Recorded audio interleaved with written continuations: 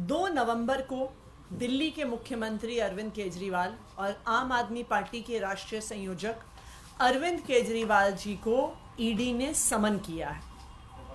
हर तरफ से खबर आ रही है कि 2 नवंबर को जब अरविंद केजरीवाल को बुलाएंगे तो ईडी उनको भी अरेस्ट करके जेल में डाल देगी।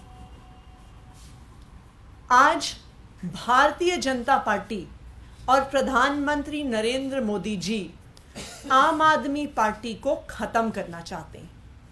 यही कारण है कि एक के बाद एक झूठे केस बनाकर झूठे आरोप लगाकर आम आदमी पार्टी के नेताओं को गिरफ्तार किया जा रहा है और जेल में डाला जा रहा है।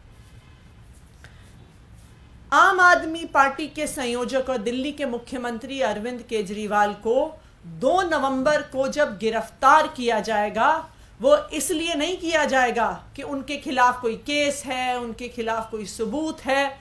उनको इसलिए गिरफ्तार किया जाएगा क्योंकि प्रधानमंत्री नरेंद्र मोदी जी को अरविंद केजरीवाल से डर लगता है।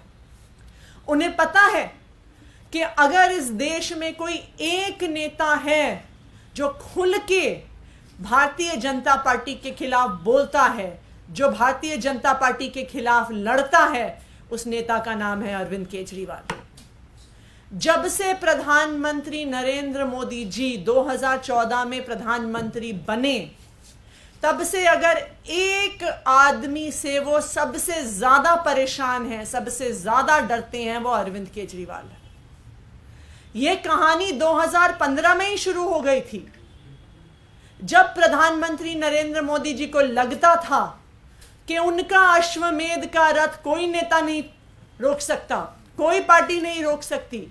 जब 2014 के चुनाव के बाद एक के बाद एक हर राज्य के चुनाव भारतीय जनता पार्टी जीत रही थी, तो फरवरी 2015 में प्रधानमंत्री की हर कोशिश के बाद अरविंद केजरीवाल ने भारतीय जनता पार्टी को मात्र 3 सीट पर दिल्ली में समेट दिया और आम आदमी पार्टी 70 में से 67 सीट लेके आई। 2020 में फिर से भारतीय जनता पार्टी ने अपना पूरा जोर लगा दिया, एक नेता को उतार दिया, पूरे देश का माहौल खराब कर दिया। लेकिन उसके बावजूद दिल्ली के लोगों को अपने बेटे अरविंद केजरीवाल से प्यार है और उन्होंने फिर से भारी बहुमत से अरविंद केजरीवाल को दिल्ली का मुख्यमंत्री बना के भेजा। 70 में से 62 सीट आम आदमी पार्टी को दी। जब एमसीडी का चुनाव आया तो भारतीय जनता पार्टी को पता था कि दिल्ली के लोग अरविंद केजरीवाल को जिताएंगे और भारतीय जनता पार्टी को निकालकर बाहर फेंक देंगे। उन्होंने फिर से हर कोशिश कर ली, एमसीडी के चुनाव को लेट कर दिया, परिसीमन कर दिया, गुजरात के चुनाव के साथ चुनाव करा दिया, लेकिन फिर भी दिल्ली के लोगों ने एमसीडी में भी अरविंद केजरीवाल को जिता दिया। तो अब भारतीय जनता पार्टी और प्रधानमंत्री नरेंद्र मोदी जी को पता है कि वो चुनाव में अरविंद केजरीवाल को, आम आदमी पार्टी को नहीं हरा सकते हैं। तो इसलिए अब आम आदमी पार्टी को खत्म करने के लिए आम आदमी पार्टी के एक नेता को जेल में डाला जा रहा है। अगर 2 नवंबर को अरविंद केजरीवाल गिरफ्तार हो जाते हैं, इसका क्या मतलब होगा कि आम आदमी पार्टी के सारे शीर्ष नेताओं को भारतीय जनता पार्टी जेल में डाल देगी। अरविंद केजरीवाल, मनीष सिसोदिया, संजय सिंह, सत्येंद्र जैन, एक पार्टी के सारे शीर्ष नेताओं को जेल में डालने का एक ही मतलब है कि वो आम आदमी पार्टी को खत्म करना चाह रहे हैं। और मैं ये भी आपको बता दूं कि अपने खिलाफ आवाज उठाने वालों को जेल में डालने का किस्सा, सीबीआई और ईडी को मिसयूज करने का किस्सा अरविंद केजरीवाल पे नहीं खत्म होगा। अरविंद केजरीवाल को जेल में डालने के बाद विपक्ष के जो एक नेता हैं, इंडिया अलायंस के जो एक नेता हैं, उनको भी जेल में डाला जाएगा। अरविंद केजरीवाल के अरेस्ट के बाद अगला नंबर हेमंत सोरेन का आएगा, जिनको भारतीय जनता पार्टी झारखंड में नहीं हरा पाती। हेमंत सोरेन के अरेस्ट के बाद अगला नंबर तेजस्वी यादव का आएगा, क्योंकि भारतीय जनता पार्टी आरजेडी और नीतीश कुमार की अलायंस को बिहार में नहीं हरा पाती। उसके बाद अगला नंबर पिनराई विजयन का आएगा, क्योंकि भारतीय जनता पार्टी केरला में सीपीएम को नहीं हरा पाती। उसके बाद अगला नंबर स्टालिन का आएगा, क्योंकि भारतीय जनता पार्टी तमिलनाडु में डीएमके को नहीं हरा पाती। एक के बाद एक भारतीय जनता पार्टी अपनी सीबीआई और ईडी का प्रयोग करके अपने विपक्ष के सारे नेताओं को जेल में डालने की कोशिश कर रही है। ये क्या है? ये इस देश में लोकतंत्र को खत्म करने का प्रयास है कि आप चुनाव नहीं जीत सकते तो जो लोग आपको चुनाव में हरा रहे हैं उन लोगों को जेल में डाल दो कि चुनाव की जरूरत ही नहीं पड़े। फिर इस देश में चुनाव नहीं बचेगा, फिर इस देश में संविधान नहीं बचेगा। लेकिन मैं प्रधानमंत्री नरेंद्र मोदी जी को बताना चाहती हूं कि आम आदमी पार्टी के नेता जेल जाने से नहीं डरते हैं, झूठे केसेस से नहीं डरते हैं। हम इस देश के संविधान को बचाने के लिए अपनी आखिरी सांस तक लड़ते रहेंगे। Thank you. आपने जैसे कहा कई बड़े नेता जेल जाएंगे, बीजेपी का भी यही आरोप है कि सारे बड़े नेता जेल ही जा रहे हैं। आप लोग अनुराग ठाकुर का एक बयान है, उन्होंने कहा कि केजरीवाल जो ईमानदारी का सर्टिफिकेट बांटते थे उनके सभी नेता आज जेल में है, कैबिनेट आधी से ज्यादा जेल हुए। देखिए, ये तो मीनाक्षी लेखी जी ने सदन में पार्लियामेंट के पटल पर यह धमकी विपक्ष के नेताओं को दी। जब दिल्ली सर्विसेज बिल पर बहस हो रही थी और विपक्ष के किसी नेता ने कोई सवाल उठाया तो उन्होंने तो संसद के पटल पर बोल दिया कि अब ईडी के अरेस्ट का और जेल जाने का अगला नंबर आपका है। तो ये साफ हो जाता है कि भारतीय जनता पार्टी ईडी और सीबीआई को चला रही है, अपने विपक्ष के नेताओं को खत्म करने के लिए चला रही है। वरना उनके नेता खड़े होकर कैसे कह रहे हैं? उनको कैसे पता ईडी क्या इन्वेस्टिगेशन कर रही है, सीबीआई क्या इन्वेस्टिगेशन कर रही है, क्या केस है, क्या प्रूफ है? तो साफ दिखता है कि ईडी और सीबीआई का मिसयूज भारतीय जनता पार्टी अपने विपक्ष के नेताओं को खत्म करने के लिए कर रही है। कल जब आप आएंगी तो आपने कहा था कि अभी कोर्ट ऑर्डर हमने पढ़ा नहीं है। 338 करोड़ की बात उस कोर्ट ऑर्डर में कही गई है। अब आप उस पूरे ऑर्डर को कैसे देखते हैं? क्योंकि एक बड़ा सवाल आप लोगों की पार्टी पर जमानत ना देते हुए खड़ा किया गया। जो सुप्रीम कोर्ट का ऑर्डर आया है कल, अगर उस ऑर्डर को डिटेल में पढ़ा जाए तो एक एक करके जो सारे आरोप ईडी ने मनीष सिसोदिया जी पर लगाए, वो सारे आरोप इस सुप्रीम कोर्ट के ऑर्डर ने एक एक करके खारिज किए हैं। ईडी ने जब इस केस को आर्ग्यू किया तो उन्होंने कहा कि दिनेश अरोड़ा ने मनीष सिसोदिया जी को 2 करोड़ की रिश्वत दी। सुप्रीम कोर्ट ने उस आदेश को, उस आरोप को खारिज कर दिया। उसके बाद ईडी ने आरोप लगाया कि मनीष सिसोदिया जी ने 45 करोड़ की रिश्वत ली, उसकी लॉन्ड्रिंग करी और गोवा के चुनाव में खर्च किया।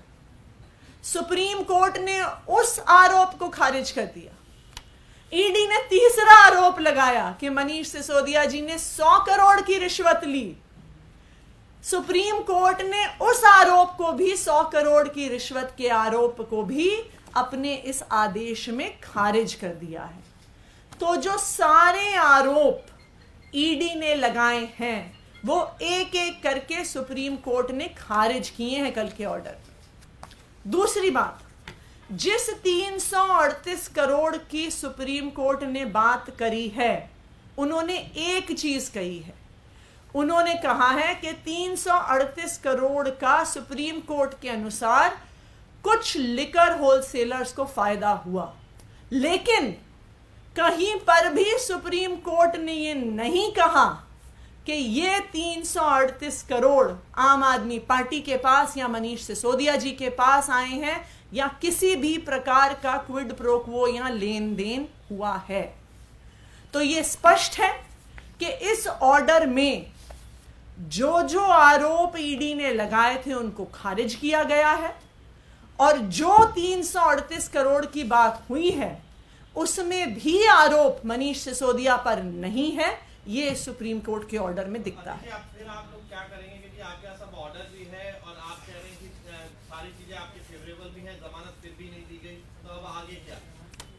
देखिए, ये इस बात को हमें समझना पड़ेगा कि ये जो prevention of money laundering act है, PMLA, ये एक साधन बन गया है, एक तरीका बन गया है।